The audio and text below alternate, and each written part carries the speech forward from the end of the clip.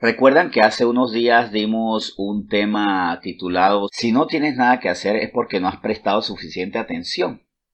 Pues este tema tiene como una secuela, una continuación, una parte que complementa muy bien lo que aprendimos hace una semana. Hoy quiero que meditemos en este tema titulado Si no tienes testimonios que contar es porque no has prestado suficiente atención. Y para eso los invito a que busquemos Deuteronomio 6 y aquí hay una situación que tal vez es la que hemos escuchado en casa o tal vez hemos escuchado entre nuestros amigos. Y es muy interesante para comprender de qué manera lo que nosotros hablamos es un testimonio que muchas veces lleva preguntas a los nuestros, a los seres queridos. Y ante eso el Señor nos adelanta. En Deuteronomio 6, a partir del versículo 20, hay una instrucción para Israel, que había visto grandes maravillas, y para nosotros, que hemos sido también beneficiarios de grandes maravillas, empezando por la que nunca será quitada, que es la salvación. Vamos entonces a Deuteronomio 6, desde el versículo 20, con la siguiente palabra. Mañana cuando te preguntare tu hijo diciendo, ¿qué significan los testimonios, estatutos y decretos que Jehová nuestro Dios os mandó? Entonces dirás a tus hijos, nosotros éramos siervos de Faraón en Egipto y Jehová nos sacó de Egipto con mano poderosa. Antes de seguir, aquí le habla a personas que siendo su pueblo hablan de la obra de Dios. Aquí un llamado de atención, estoy contando testimonios, nos toca decir qué pasaba antes de que Dios llegara a nuestra vida. En el versículo 21 comienza a decir cosas que eran aplicables a Israel y completamente aplicables a nosotros. Entonces dirás a tu hijo, nosotros éramos siervos de Faraón en Egipto y Jehová nos sacó de Egipto con mano poderosa. Exactamente lo que ocurre con nosotros, aunque nosotros nunca hayamos puesto un pie en Egipto, pero sí lo que significa Egipto como tierra donde en vez de gobernar Dios, gobierna el mal. Tierra del gobernador de este mundo que es Satanás, donde se practican las costumbres de Satanás y que él ha popularizado y que le ha dado formatos muy agradables para que nosotros la veamos como nobles, como divertidas, como inicuas, como adecuadas pues. Entonces nosotros éramos esclavos, nosotros le servíamos al mal. Pero no es que yo no era ladrón, yo no era golpeador, yo no era abusador. Pero le servíamos en el rango de que obedecíamos a muchos otros mandatos, que tal vez no era golpear a las esposas o tal vez no era robar o asesinar. Pero sí en el sentido de cómo llevamos nuestras relaciones, cómo éramos esclavos de las mentiras, porque recuerden que para nosotros, antes de Cristo, la mentira era un lenguaje habitual, o como aprendimos en el seminario de ayuno estos 3 días, que para nosotros decir ciertas palabras, palabrotas, palabrejas, porque eso no son ni siquiera dignas de estar en un diccionario, era normal. Para nosotros muchas cosas eran normales porque estábamos siendo esclavizados por el pecado. Y Dios nos saca de ese pecado, nos lava, nos da un nuevo sentir y con ese nuevo sentir, esa nueva naturaleza comienza a hacer planes con nosotros y comienza a manifestar cosas maravillosas en nosotros. Por eso sigo leyendo Deuteronomio 6, pero ahora a partir del versículo 22. Jehová hizo señales y milagros grandes y terribles en Egipto, sobre Faraón y sobre toda su casa delante de nuestros ojos. Y nos sacó de allá para traernos y darnos la tierra que juró a nuestros padres. Y nos mandó Jehová que cumplamos todos estos estatutos y que temamos a Jehová nuestro Dios para que nos vaya bien todos los días y para que nos conserve la vida como hasta hoy. Y tendremos justicia cuando cuidemos de poner por obra todos estos mandamientos delante de Jehová nuestro Dios como Él nos ha mandado.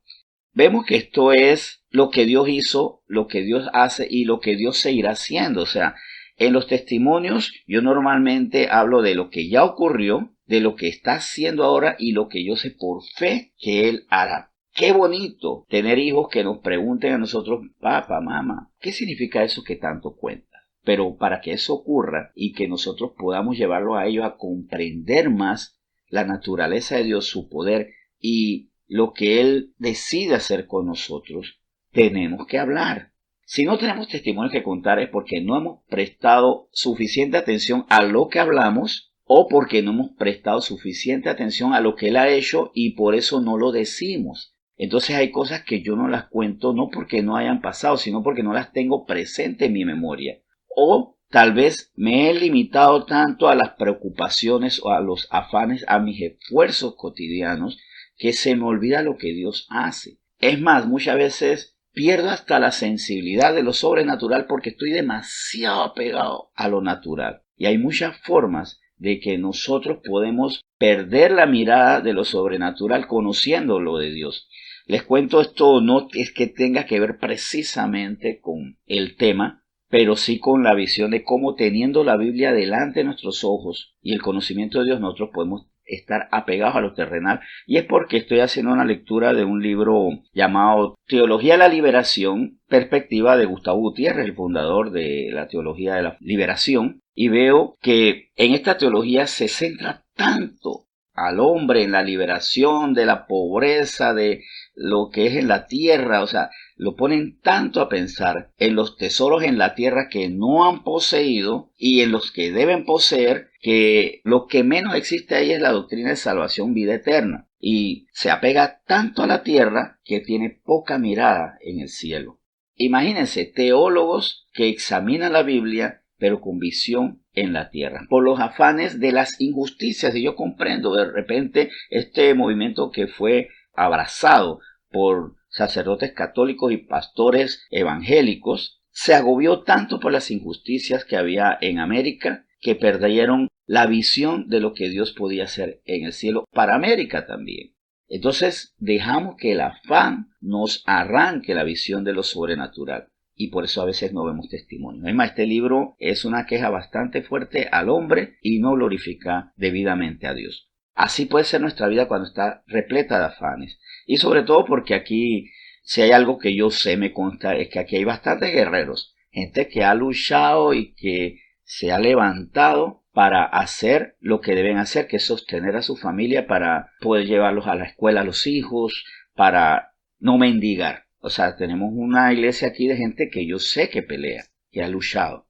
El problema de esto es que a veces de tanto luchar nos convertimos en guerreros en nuestra propia carne y muchas veces también olvidamos, obviamos o atenuamos un poco lo que Dios ha hecho en nosotros. Por supuesto, esta advertencia se hace a personas no que son necesariamente malvadas, sino gente tan luchadora que se acostumbraron a luchar tanto y a mirar tanto también lo que les falta aquí en la tierra. Si no tenemos testimonios que contar es porque no hemos prestado suficiente atención a nuestro lenguaje o a lo que Dios ha hecho y que no permitimos que le dé contenido a ese lenguaje. Nosotros tenemos que ser personas que en un momento dado nuestros hijos digan: papá, mamá, ¿qué significa esto que tú viviste y por qué tú hablas tanto de cómo fuiste trasladado, cambiado a otra realidad? A eso debemos llevar a nuestros hijos, a que estén inquietos, a que ellos así vayan creciendo en la fe, porque la fe es por el oír la palabra de Dios, y una de las formas en que se habla y se establece, se pone como tema la palabra de Dios es a través de los testimonios también. En este sentido, recordemos que el mismo Señor Jesús en Lucas 22, en la última cena que está escrito en Lucas 22, les enseñó a ellos que también dieran testimonio a través de esa santa cena, que cuando ya volvamos todos debemos volver a celebrar, debemos compartir, y que se escribe en 2 versículos de Lucas 22, el 19 y el 20, con ciertas características. No se hace toda la descripción completa, pero sí el sentido de lo que nosotros tenemos que dar en testimonio. Dice Lucas 22, del 19 al 20. Y tomó el pan y dio gracias y lo partió y les dio diciendo: esto es mi cuerpo que por vosotros es dado. Haced esto en memoria de mí. De igual manera, después que hubo cenado, tomó la copa diciendo: esta copa es el nuevo pacto en mi sangre que por vosotros se derrama. Nosotros comemos el pan y bebemos el vino, haciendo memoria. Ese pan es pan, no es la carne de Cristo. Ese vino no es la sangre de Cristo. Hace memoria, hace referencia, es un acto de dar testimonio y enseñar a nuestros hijos también, porque ellos probablemente ya ha ocurrido que después de un congreso, cuando hicimos la Santa Cena, la última que hicimos aquí en nuestra sede, hayan hecho preguntas, y perfecto que hagan las preguntas. Entonces nosotros le damos testimonio a ellos de lo que significa y que se resume en Colosenses 2, que todos estamos disfrutando. Y saben que a veces nosotros decimos: pero es que yo no tengo testimonio porque no he recibido un nuevo trabajo, o porque mi casa no ha sido ni siquiera pintadita, porque ni perrito nuevo tenemos, o sea, no tenemos nada material. Pero hay algo que nunca vamos a dejar de dar. Este es el testimonio que daban incluso los cristianos en las catacumbas o a punto de ser llevados a las arenas del circo para que fueran devorados por leones. Donde la gente puede decir, ¿qué testimonios pueden dar ellos? Bueno, en Colosenses 2, del 13 al 15, nos habla qué debe estar en nuestros testimonios y que no debemos olvidar. Dice así: y a vosotros, estando muertos en pecados y en la incircuncisión de vuestra carne, os dio vida juntamente con él, perdonándoos todos los pecados, anulando el acta de los decretos que había contra nosotros, que nos era contraria, quitándola de en medio y clavándola en la cruz. Y despojando a los principados y a las potestades, los exhibió públicamente, triunfando sobre ellos en la cruz.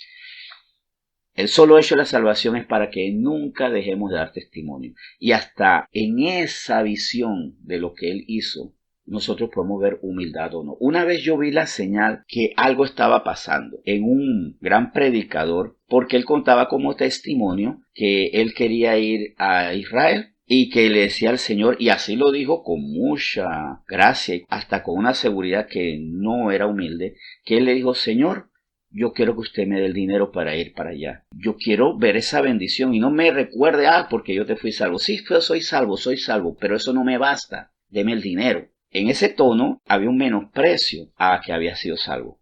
Miren, yo cuando recuerdo que soy salvo, ya yo me callo la boca. Muchas cosas a veces que quiero reclamar. Yo digo: Señor, lo que tú quieras que sea. Será porque después de esta salvación tan grande que tú me has dado, todavía voy a reclamar. Es más, veo como una extensión de tu misericordia en estos actos de amor, de sustento que tú me das.